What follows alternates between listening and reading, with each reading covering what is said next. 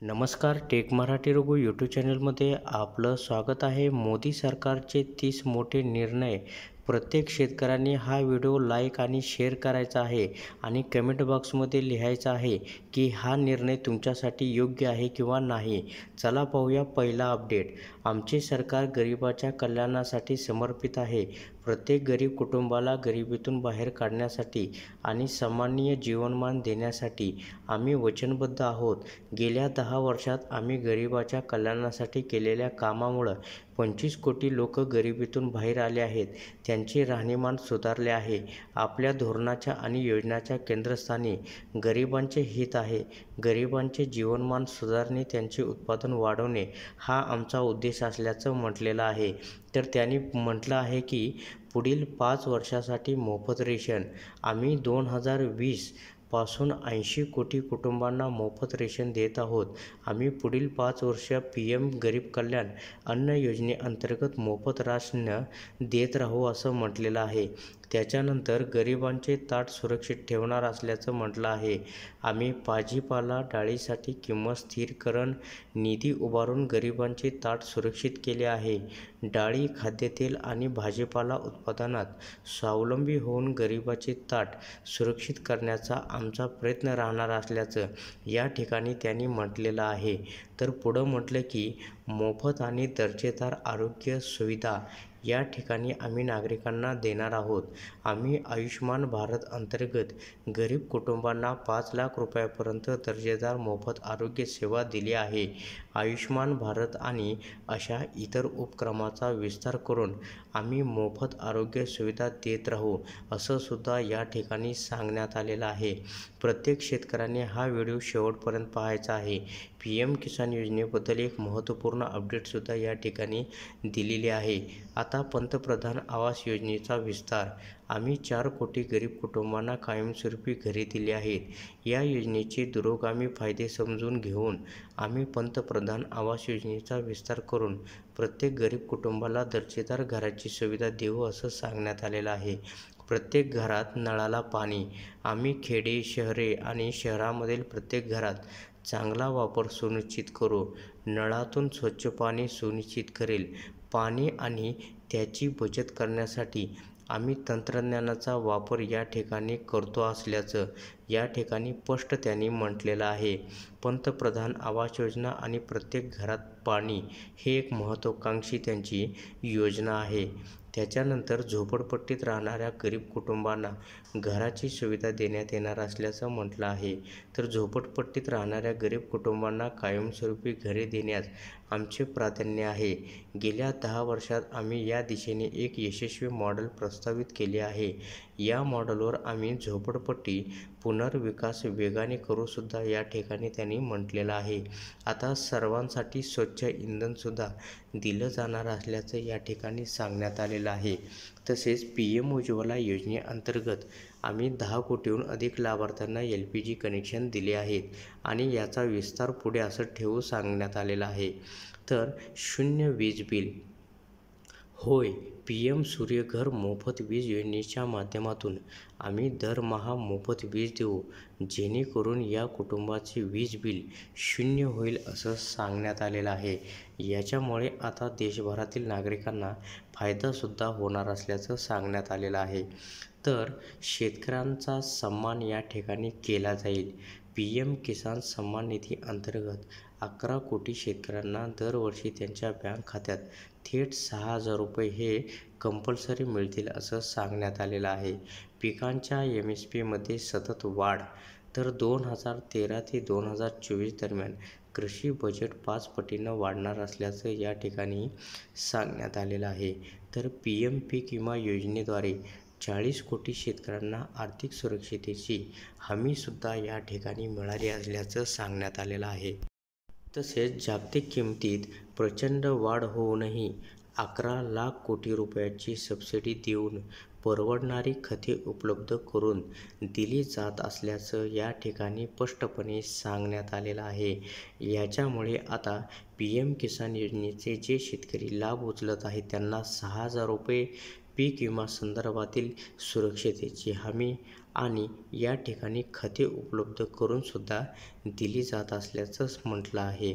त्याच्यानंतर बियाणे, खते आणि उपकरणाची उपलब्धता राहणार आहे. कस्टम हायरिंग सेंटर दुप्पट करणार आहे. तर त्यांनी म्हटलं की आम्ही आत्तापर्यंत 25,000 कस्टम हायरिंग केंद्रे स्थापन केली आहेत. आम्ही आता कृषी यंत्रे आणि उपकरणे तयार करण्यावर लक्ष केंद्रित करणाऱ्या सानुकूल नियुक्ती केंद्राची संख्या या ठिकाणी दुप्पट करू असं सांगण्यात आलेलं आहे. हे दुप्पट केलंच नक्की शेतकऱ्यांना या ठिकाणी फायदासुद्धा होणार आहे. तर कृषी विज्ञान केंद्राचा म्हणजे KVK विस्तार करणार असल्याचं सुद्धा या ठिकाणी सांगण्यात आलेलं आहे. आमच्या शेतकऱ्यांना डिजिटल उपाय देण्यासाठी आम्ही KVKS अपग्रेड केलं आहे. आता आम्ही कौशल्य विकासासाठी सर्व कृषी विज्ञान केंद्रांना वन स्टॉप केंद्रामध्ये श्रेणी सुधारित करूसुद्धा या ठिकाणी सांगण्यात आलेलं आहे. आणखीन आता पुढे आपण सविस्तर पाहूया. तर PM किसान समृद्धी केंद्राचा विस्तार होणार असं सुद्धा या ठिकाणी सांगण्यात आलेलं आहे. तर आम्ही सर्व कृषी निविष्ठा आणि सेवा पुरवण्यासाठी वन स्टॉप केंद्रे म्हणून PM किसान सन्मान केंद्रे स्थापन केली आहेत. आम्ही PM किसान समृद्धी केंद्राचे जाळे आणखी देशभरामध्ये वाढवू असं सुद्धा म्हटलेलं आहे.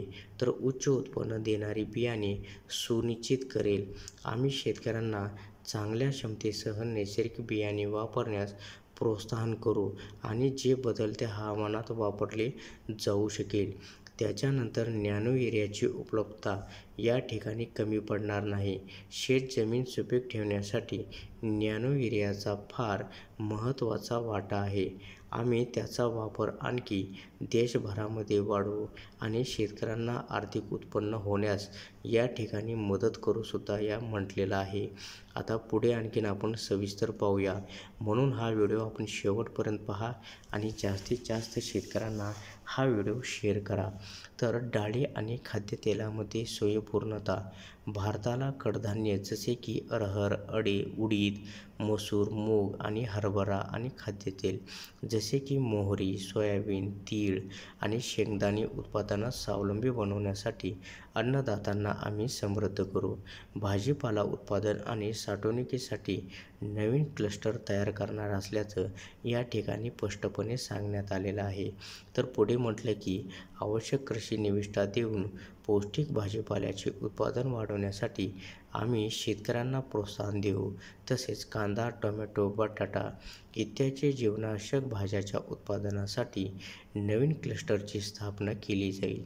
या क्लस्टरमध्ये स्टोरेज आणि वितरण सुविधासुद्धा पुरवल्या जातील असं म्हटलेलं आहे. तसेच भारताला जगाचे पोषण केंद्र म्हणून स्थापित करेल. आंतरराष्ट्रीय बाजाराच्या वर्षाच्या यशावर आधारित अन्न सुरक्षा, पोषण सुरक्षा आणि पर्यावरण संरक्षणासाठी आम्ही श्री अन्न बाजरीला प्रोत्साहन देऊ आणि भारताला आंतरराष्ट्रीय बाजार केंद्र बनवू असं या ठिकाणी म्हटलं आहे. श्री अन्न सुपरफूड. आम्ही श्री अन्न बाजरीला जगात ओळख दिली असल्याचं सुद्धा म्हटलेलं आहे. त्याच्यानंतर नैसर्गिक शेतीचा विस्तार. आम्ही नैसर्गिक शेतीवर राष्ट्रीय मिशन सुरू करणार आहोत, ज्या अंतर्गत आम्ही फायदेशीर शेती, पर्यावरण संरक्षण आणि अन्न आणि पोषण सुरक्षा सुनिश्चित करू असल्याचं म्हटलं आहे. तसेच पीक विविधीकरण. आम्ही वाजवी किंमत समर्थनासह पीक विविधतेला प्रोत्साहन दिले जाईल असं सुद्धा या ठिकाणी स्पष्टपणे सांगण्यात आलेलं आहे. आता कृषी पायाभूत सुविधा अभियान. आम्ही कृषी पायाभूत सुविधेच्या एकात्मिक योजना जसे की साठवण सुविधा, सिंचन, ग्रेडिंग आणि वर्गीकरण युनिट, शीतगृह सुविधा आणि अन्न प्रक्रिया यांच्या समन्वित अंमलबजावणीसाठी कृषी पायाभूत सुविधा अभियान सुरू करू असं सुद्धा सांगण्यात आलेलं आहे. त्याच्यानंतर सिंचन सुविधांचा विस्तार. PM कृषी सिंचन योजनेअंतर्गत आम्ही 25.5 लाख हेक्टर सिंचन क्षमता वाढवली असल्याचं सांगण्यात आलेलं आहे. त्याच्यानंतर ग्रामीण भागात धान्य साठवणूक सुविधेचे जाळे. आम्ही सहकारी क्षेत्रातील जगातील सर्वात मोठ्या धान्य साठवणूक योजनेअंतर्गत PACSमध्ये पुरेशी साठवण क्षमता विकसित करू. आम्ही हे प्रतवारी वर्गीकरण प्रक्रिया आणि पॅकिंग यासारख्या सुविधांसह पूर्ण करू. कृषी उपग्रह, कीटकनाशकाचा वापर, सिंचन, मातीचे आरोग्य, हवामानाचा अंदाज यासारख्या कृषी संबंधित कामासाठी आम्ही स्वदेशी भारत कृषी उपग्रह प्रक्षेपित करू असं म्हटलेलं आहे. त्याच्यानंतर कृषी क्षेत्रातील डिजिटल सार्वजनिक पायाभूत सुविधा.